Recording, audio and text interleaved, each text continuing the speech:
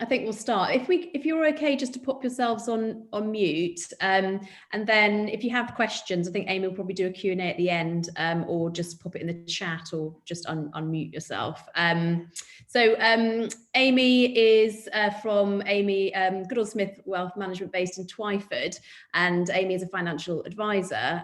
We've been working with Amy, and I've actually been using Amy as well on a personal level, so I feel like I can sort of talk from my own personal experiences. And Amy's been fantastic with myself and my husband, just sorting out our finances and basically making a plan for the future. And Amy works with individuals, she works with families, she also works with businesses.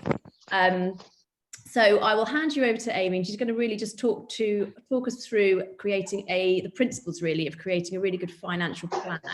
And this can be used for your small business, but it also can be used in your personal life as well. So it's got double bonuses. So enjoy, and I'll hand you over to Amy. Thanks, Amy. Hello, everybody. Thanks, Sarah. As Sarah mentioned, I'm a financial advisor. And I think there's a real common misconception about what we do. From my point of view, what I plan to do with clients is look at where they are now, look at where they want to get, and make a plan to get there. That's as simple as it is. It's not a transactional relationship. It's very much about creating a strategic plan. Okay. I am not an accountant. An accountant's something very different. An accountant will work out your tax. They will tell you what tax you owe. But I would say work very closely together. So I work a lot with small businesses or medium-sized businesses with the accountant to look at what we can to mitigate tax. Okay, that's one of the big things we do. Principles, as Sarah said, that I set for my clients are exactly the same whether it's in business or personally. Okay, so I've created 7 principles to help you grow your business and your personal finances.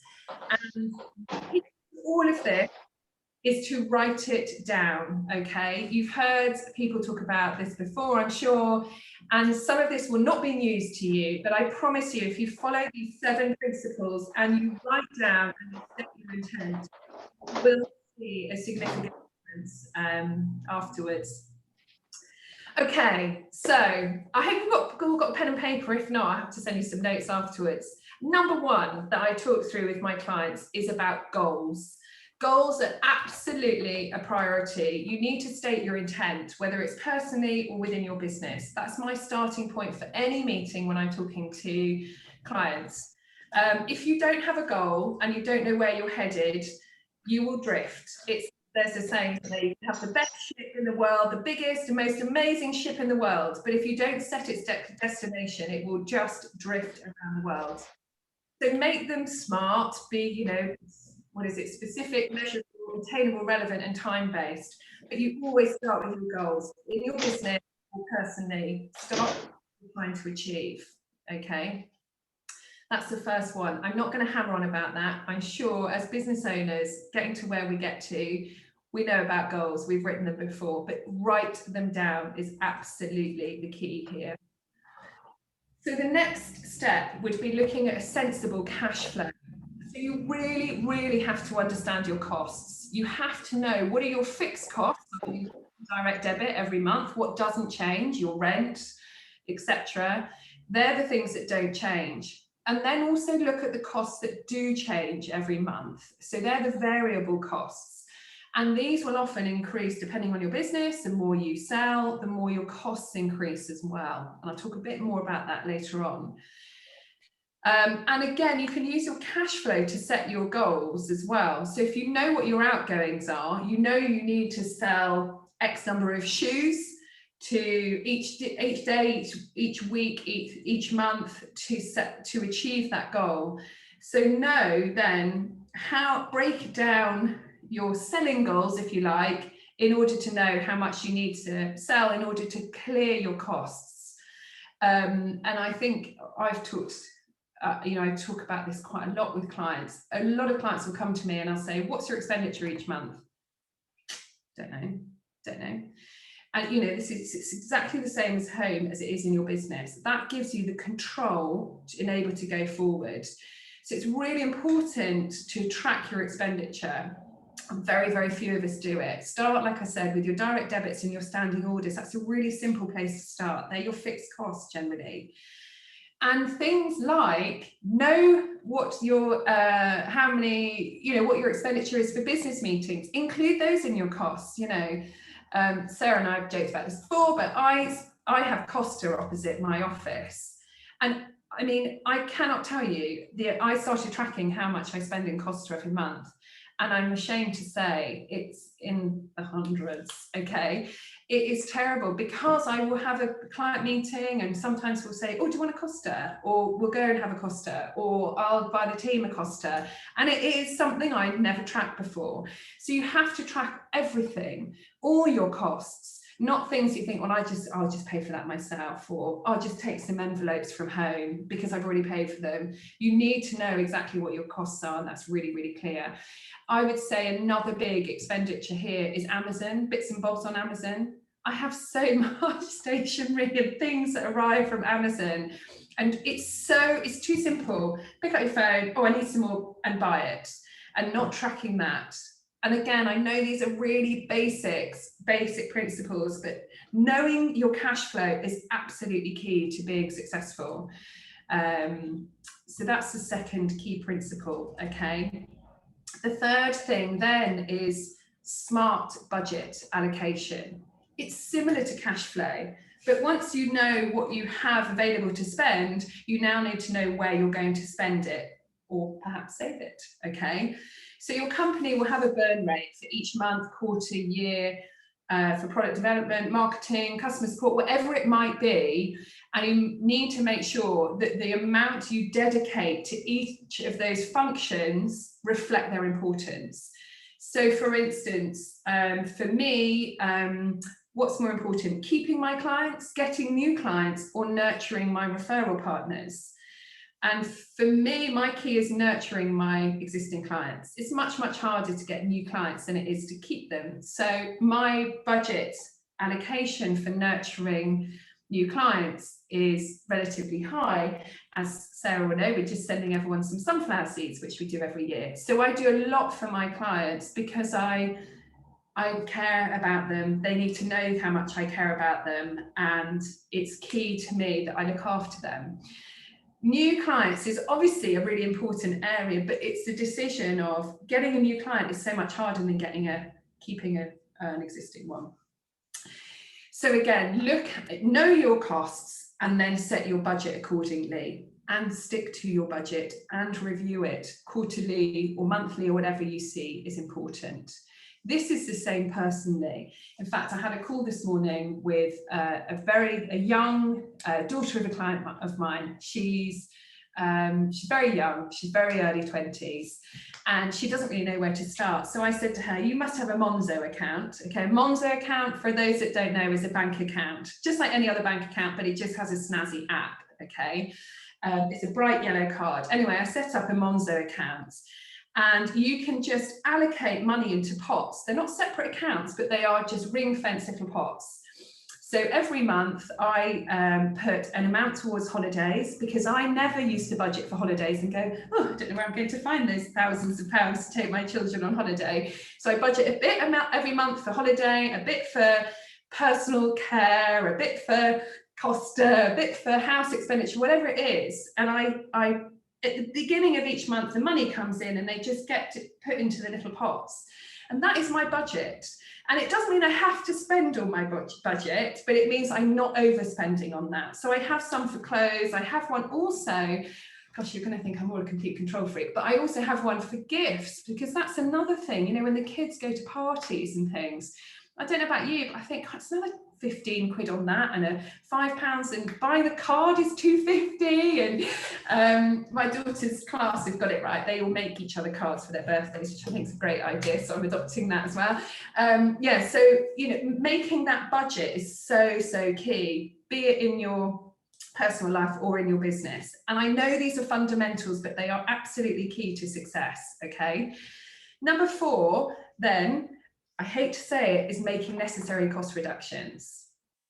So we know what you can afford to spend, and we know where we're going to spend it. are there some savings that we can make then ahead of time because we have the foresight now, we've done this budgeting and planning, okay? So again, a personal example of this is I sponsor the Christmas tree out the front of the office. And the first year I did it, we didn't really think about what we were going to do. Anyway, we ended up buying wooden stars and we sent them to the kids at the schools and they wrote their Christmas wish. It became the tree of Christmas wishes, okay? But the wooden stars were really expensive because we had to get them shipped over and pay a lot for freight and what have you, what have you. But now we buy them out of season. So A, there's no panic, and B, we get them cheaper. So just having the foresight and knowing what is happening ahead of schedule and planning for that is really key. And again, I'm going to buy a coffee machine for the office, 250 quid, but I spend 325 on a coconut flat white every day pretty much, which is 16 quid a week, which is 70 quid a month, which is 845 pounds a year. If I also don't make my lunch, that's another 800 odd quid. I end up spending 1,700 pounds on coffee and lunch a year. I mean, crazy. I just need to make a bit more every evening. So it's those tiny little changes that can make massive impacts in your life. That's my holiday, pretty much covered, or part of my holiday covered, just by having the foresight to plan to buy a fancy coffee machine and make my lunch, okay? So this is making a really conscious effort to control your spending. It's all part of spend control. And keeping that spending in line with your expectations. So again, a quarterly review is really, really important. And look at overinflated costs, unnecessary spending, ring up and do that dreaded BT phone call or Virgin Media or Sky that you know is going to take half an hour. Plan it in your diary, have that call, because that half an hour could save you hundreds of pounds a year. It's really worth doing. You know, especially now, if you rent somewhere, negotiate with your landlord. You know, the rents are up for negotiation again now. So it's really worth having those conversations and asking those questions. Okay, I'm sorry if I get, Sarah, I can't see you, but if I start getting chatty, you're gonna have to nudge, okay? Okay, the next thing, okay, is risk mitigation. This is really key when you're writing your financial plan. You need to look at avoiding or navigating risk. From a financial perspective, this would be things like insurance, okay? I've been in an office that got flooded and we had to relocate. That's really expensive to happen and you need the insurance to cover it. Computer hacking, fraud, fire, break-in, and then also key workers that get sick. My paraplan is pretty key to my business. If she gets sick, I need to start outsourcing. So I practiced making sure that the outsourcer I use is still relevant. We just throw her a case every month or two, just to make sure that that still works for us. Anything that might topple your business is really key to insuragates. Now, I'm not a fan of insuring my washing machine because by the time I've paid £5 a month insurance, I could have bought a new one before it breaks, okay? So you have to look at insurance and make sure it's worthwhile. But I do also think, it's really important not to bury your head in the sand over this. It won't happen to me. Actually, ill health is really key, for instance. And thinking about what happens if I'm sick, what would actually happen to my business is really key. So lasting powers of attorney, I don't know if anybody's heard of what these are, LPAs, they used to be called powers of attorney. And that is basically putting someone in place, if you cannot make a financial decision, putting someone in place in your business that can do that for you. And that's the same with husbands and wives as well. We assume that if we're married, well, if I'm sick and I'm in a coma, for instance, my husband can just, phone my mobile phone company and change my tariff, or be able to speak to the water company because we've got a burst pipe and actually no, the account holder is me and I'm in a coma. You have to have powers of attorney in place, and that's the same for your business. So it's about that risk mitigation. When these things happen, we need to make sure that we are ready and aware for it. The other thing is having the cash flow in place. So we've all suffered with COVID one way or another. And if you had 3 months worth of cash flow, so now we know what our cash flow is, in the bank, saved up, we would have probably survived, you know, a bit longer or whatever. That's the key. And that's the same personally as well. For whatever reason, things happen. Unfortunately, I've got quite a few friends that were made redundant through COVID. And luckily, because they're also clients, they had 3 months of expenditure, and with some adjustments that actually managed to stretch that longer as well. So have your emergency fund, as we call it, in place, and consider your best responses to any of these things that might happen to you before they happen, okay? And this is the same in your personal life as well. I do hammer on about this because this happens. My husband was very sick for a period of time, about 8 months. And we had no income from him after 2 months because that's what his work paid for. This stuff really happens. And actually, does anybody know what sick pay you get? Not from work, but from, does anybody know what the government will pay sick pay? It's 6 weeks or something. I don't know. 4? No. Okay. So the amount that you get paid is that you get paid for longer than that. You get paid for 28 weeks from the government, but you get £95 a week. That's £2,683 for 6 months worth of outgoings. I don't know about you, but 95 quid is less than I spend in my Sainsbury's shop every week. So yes, you get paid, you're right, Lucy, you get paid, but it's for nowhere near the amount of what we need and nowhere near the amount for the length of time that we need it for. So it's about 400 quid a month. And after that, you can get universal credit. So after about 6 months, you get universal credit. And that's around £500 a month. Or if you get kids, I think I would end up with about 926 quid a month. Well, that doesn't cover my mortgage or any of my outgoings at all. So really important to think about the risks to your business and then put things in place to mitigate those risks. Okay, 2 more to go. Okay, crisis management. So now we've all been through a bit of a crisis with COVID. We need to pick up our financial plans and review them and rebuild them. So we know perhaps some people here on this call have made a business plan previously, but now we need to revisit them. Mine has changed dramatically. My business has changed dramatically over 6 months. And we, even on our monthly, we have a weekly call, a Monday morning call, we were talking about when do we come back to work? Actually, should we just still do a couple of days each from home? It works really well. We get more done. We're reviewing everything now with new, fresh eyes and looking at, actually, let's take the benefits from this, but also let's know if this happens again. Like the second lockdown, one of my team, I bought her a printer because she didn't have one at home, and we just set things up. We all took envelopes and paper and what have you home, okay? But it's and beyond that, it's not just about envelopes and paper and stamps, but it's also about, like we've spoken about, what's your new plan, looking at it through different eyes now. And finally, my 7th principle is your growth roadmap. Okay, we've used our business plan to analyze our current situation. We know our goals, so how are we going to grow to get there? So what's really helpful is if your goal is here and your cash flow management, your cash flow plan is here, why don't you write a cash flow based on your goal? So if you were at your goal, what would your cash flow then look like?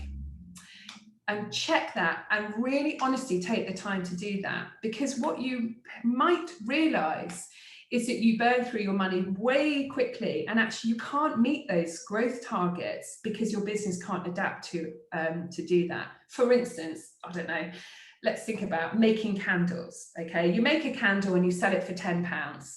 And the profit on that, because you make it at home and the volumes you're buying in is 7 quid. I don't know. I have no idea. If anyone makes candles on here, I may be way off here. So your cost is £3 to produce. However, as you grow your business and, I don't know, perhaps you get a fancy machine to make your candles, but you need more storage for the stock, and the cost of the storage is really high, and you might need bigger premises, so your premises go up, and actually you're buying more in bulk, but like I say, you have to store it. Your profit per candle is now not £7, maybe it's only £4 or £3. So actually, can the business grow to the level that you're working at? And is it realistic and is it cost effective? So whilst we may have these incredible goals, how do we get there? And do we need more people? And do we need fancier machines and bigger premises and more storage or whatever it might be? So again, it's really sense checking your goal. So I agree, have amazing goals that are slightly, I'm a big unachievable goal maker, but actually, even if you get partway there, you've smashed the, goal that you think you could only have just done. Anyway, so really stress test whether your goals are realistic. Okay, so firstly, write all this down, everything, really take the time to make a financial plan. Look at your goals, start with your goals, where you're trying to get to. Look at where you are now, which is your cash flow. And then create a very sensible budget based on your cash flow, and be really honest in your cash flow as well. Look at cost reduction, but make sure that that is realistic. And this is the same personally, still go and buy a Costa, but only one a week. Look at risk management, take your head out the sand and look at the things that could happen to your business. What if there was a fire? What if you were sick? What if one of your team was sick? What if you had a flood? What if you were broken into? All those things. And what can you do to mitigate those? The lasting powers of attorney comes in there, and make sure your wills are up to date, just as a sideline, nag. And then look at your crisis management. Right, we've had a crisis. So now how do we look at things differently? We know the impacts that this might happen. What would we have done differently, and how can we do it differently in future? And then be realistic with your growth roadmap. Check that it works. Do your cash flow and really check that that works. Because if it works, then great, go for it. There's absolutely nothing to stop you. Right, that's all I have to say, but I would really be happy to answer any questions if anybody wants to ask me anything. Amy, that was brilliant. Thank you so much. I love the fact that you do it in a list. You've just broken it down into 7. It just makes it in bite-sized chunks that actually, and then just chatting us through it is something that we can definitely take away and work through. I love the bit at the end actually about the growth roadmap, actually thinking, do you know what are your goals? And working back that way to see whether you really can get there doing a cash flow. So there's loads to take away, and I'm sure there'll be a few questions. So do people want to just jump in if they've got a question? Don't be shy. I've got one. Oh yeah, go on, Lucy. Go on, you go.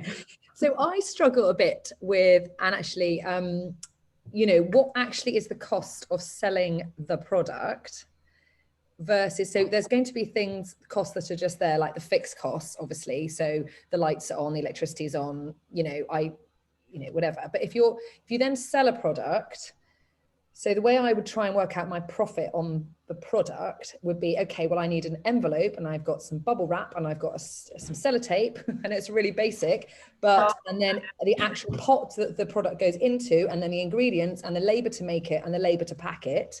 Yeah, I see that as that. But then I've got, so for me, I've just moved premises to a bigger place. So I've got those fixed costs that are business costs, but they do obviously impact my profit overall, but not when I'm looking at the price of my product, for example, and I'm just trying to work it out, just isolating the product. But then there's all these other things going on as well that obviously impact it, but are not actually. Does that make sense? So this is a bit of an accountant question, but I can help you with that. Obviously, your fixed, if you make 100 hand creams versus 1,000 hand creams, your fixed cost per product is going to be smaller the bigger number that you make. So what you have to do is work out your fixed cost, and then you have to work it out according to how many insert product that you make. So your fixed and your cost per product, which again, your cost per product will change as you make more because you're buying a bigger bulk. I think I might have a spreadsheet that I can send you, but I have to be really careful that I'm not giving you accounting advice. But again, your accountants will absolutely have something that they can help you with on this. That is kind of their job, to support you with that. So, but yeah, you're right. It is quite complicated because then you think, well, hang on a minute, some of my fixed costs are but no, they're fixed costs, and then you have product costs separate. And your time as well. Do you include that, your hourly rate or whatever you put? Salary that you take, your salary or your divvy. Yeah. That's for me as a fixed cost. Yeah. Any other questions? Yeah, Just on that, Lucy, if you want, I do it in the shoe shop as an amount, as a percentage per item. I can explain how I do it if that helps. So if I sell something, if I've got something over a year, which is sort of what Amy was saying, if I'm going to sell, I don't know, £10,000 worth of stuff, I'm just going to, and all my costs are X, I work out that 20% is fixed cost for every product I sell. I don't know if that helps. So as long as I make my budget. But yeah, that's how I do it. And if I go over budget, it sometimes helps, but I don't know.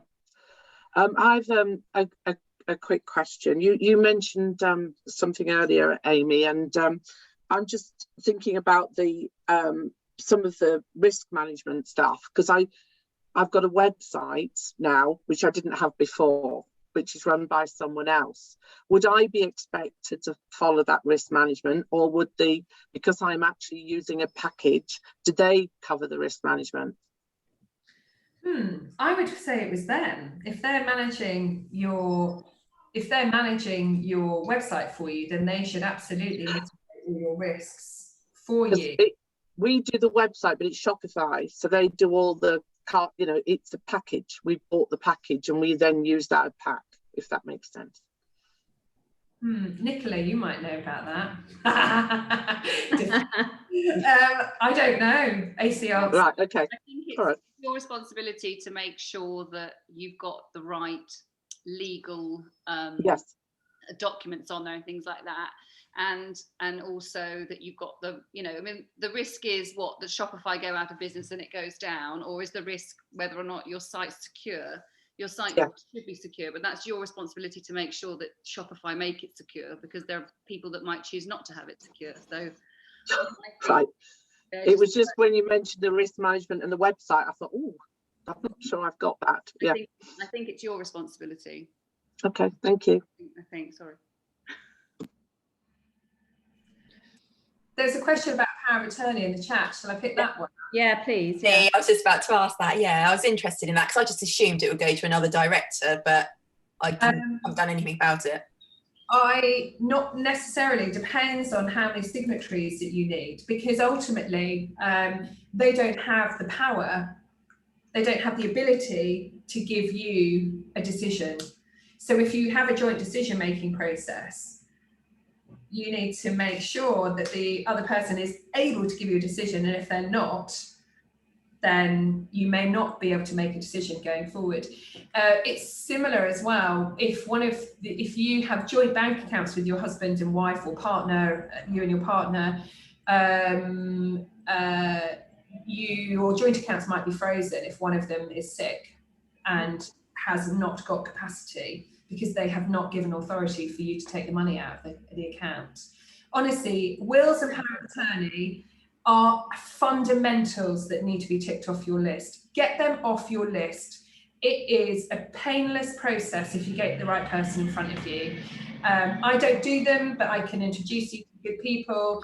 We leave them because they are complicated decisions to make. But just making a decision is better than having no decision made. And I'm really naggy about that. That was a good red flag. It's something I'd never considered, so thank you. Yeah. And particularly also a point on if you've got young children, if you haven't got a will and you don't have a guardian, I'm going to really frighten you all now. They don't just end up with your mum and dad or your sister. Because there is no legal guardian put in place, they could go into care, your children, if you and your partner die at the same time.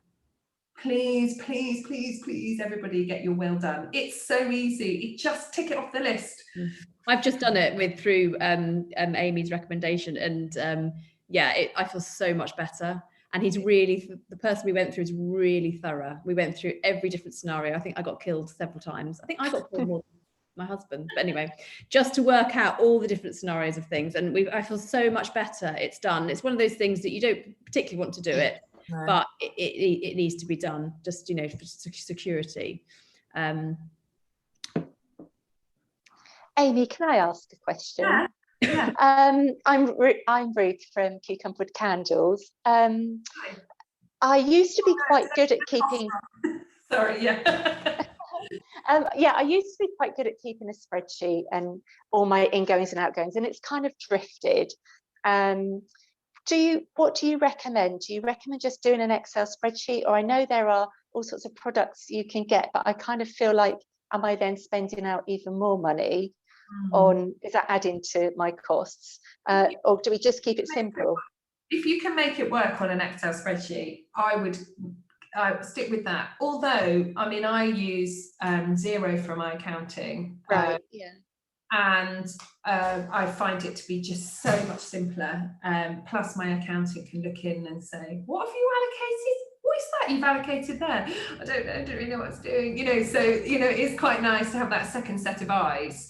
I think they're quite easy to use, and they're not very expensive. It's like 20 quid a month or something. But again, that's part of your cost. So you need to work out if it's... But I think if you can run on an Excel spreadsheet, do, but it's nowhere near as sophisticated as software. So if you can upgrade, I probably would. Right, okay. Oh, thank you. And it's been so helpful. Thank you. Oh, good. I know some of these principles are really basic and fundamental, but it's so important. You'll see when you do them, it's really key. Well, it's good you had a candle. You had Ruth here for your candle example. Yes, that was helpful. I just had a quick question on the, you mentioned about Monzo, the Monzo account. Yeah. Is that a completely separate bank account, like having like a NatWest, or is it just an app you can use? It's a bank account. It's a bank. I mean, I think I just like the fact that it has. There are other banks out there. I use that for my personal account. I don't use it for my company. But it's quite faffy if you bank with. So I've got First Direct. If I want to set up a different pot to ring fence some money, I have to set up a new bank account for that within NatWest. So you end up with like 6 or 7 different bank accounts and, shuffling money between this. The Monzo isn't like that. It's simply, it's just like ring fences it in a little separate pot. That sounds good. It does sound good because I do that with, I think, Nationwide, and I do have kind of pots, but there are other accounts, I guess. So I've got like a holiday fund. Yeah, separate sort codes and account numbers. Yeah. And it just gets a bit complicated. And also, if you get paper statements, my goodness, they are like pages long. Someone's also mentioned about a bank for a small business. I think that's really important. A lot of people don't get a separate bank account for their business if they're a sole trader. Absolutely do get a separate business account because that helps you with your cash flow. And also your reporting. I don't know. I mean, I use Santander and I found them quite good, but only because I got a really nice chap in Bracknell that I used. I think all banks have their pluses and minuses. Yeah. Can I just add something? Sorry, I'm Laura. I'm new today. So hello everybody. I set up. I tried. I'm a limited company. But I started off, long story short, I started off with a business bank account through Barclays. I then had to stop that for one reason or another while I just suspended trading for a year in order to do a big project on my house, and the kids got in the way. So I suspended trading for a year, so I was no longer limited. I then just used my personal bank account. Nightmare, absolute nightmare, because even though I was not officially working through the limited company, I was then a sole trader working, and yeah, absolutely second that, Amy. Get a business account. But I not wanting to push a bank in the same way, but I use Starling, which is an online bank for my business, and I found it's so straightforward. The terms and conditions are very, very easy to read. Like the Monzo, you can set money aside into areas. You don't need the separate bank accounts. And also it ties in, it has a relationship where it brings on board Xero. So Starling Bank and Xero have some sort of connection. So I account with Xero, and my accountants, like you said, can see everything I'm doing, which is great. But the whole thing links together. But the key thing is that I can designate money for certain things into certain areas of the business, or put aside money for tax that might need paying or whatever. all within the one account. I don't need several accounts, which is what I was working with before. So I second everything everyone is saying. Thank you. Thanks, Laura, and welcome. I totally forgot to kind of introduce us. I've got so used to everyone being here, I forget that actually sometimes we do have new faces that come. So welcome. We are the Creative Duck, Laura. I think most other people are quite familiar, but we normally do these, Laura, in real life in Henley. But obviously through lockdown we've gone online, and we do other kind of online workshops and training and that sort of thing, as well as being a creative agency. So if you ever need help with marketing, websites, social media copy, that sort of thing, we're here for you. So sorry, I completely forgot to do that at the beginning. Thank you. Any other questions at all for Amy? While we've got her, let's make the most of her. You're good. Any more in the chat? No, I don't think so. Can I talk about one other thing? Yes, please. Cool. At the moment, is that all right? I was just going to talk about cash ISAs. One of the things I've mentioned is about having an emergency fund. So putting aside about 3 months worth of your expenditure into a bank account. Can I advise against people using cash ISAs for that? Actually, cash ISAs are pretty negligible anyway, because as savers, if you save in the bank, you used to have to pay tax on any interest. You now don't, unless you're an additional rate taxpayer. You have an allowance that you can make within your bank. And if you're a basic rate taxpayer, that's £1,000. And based on interest rates, you need to have about £250,000 in the bank to start ever paying tax on your interest. So it makes cash ISAs unnecessary. And if you're going to use ISAs, putting money in and out of them, they're not really meant to be used as a bank account like that. Use just a separate savings account. You will get a better rate of interest than the cash ISA often as well. And save your ISAs for investing, where you will see real growth, and you do really want to keep those cash-free growth in your invested ISAs. Okay, just as a little tip. Brilliant, thanks, Amy, because I wouldn't have known that, so thank you. Great. Well, if there aren't any other questions, we will say a massive thank you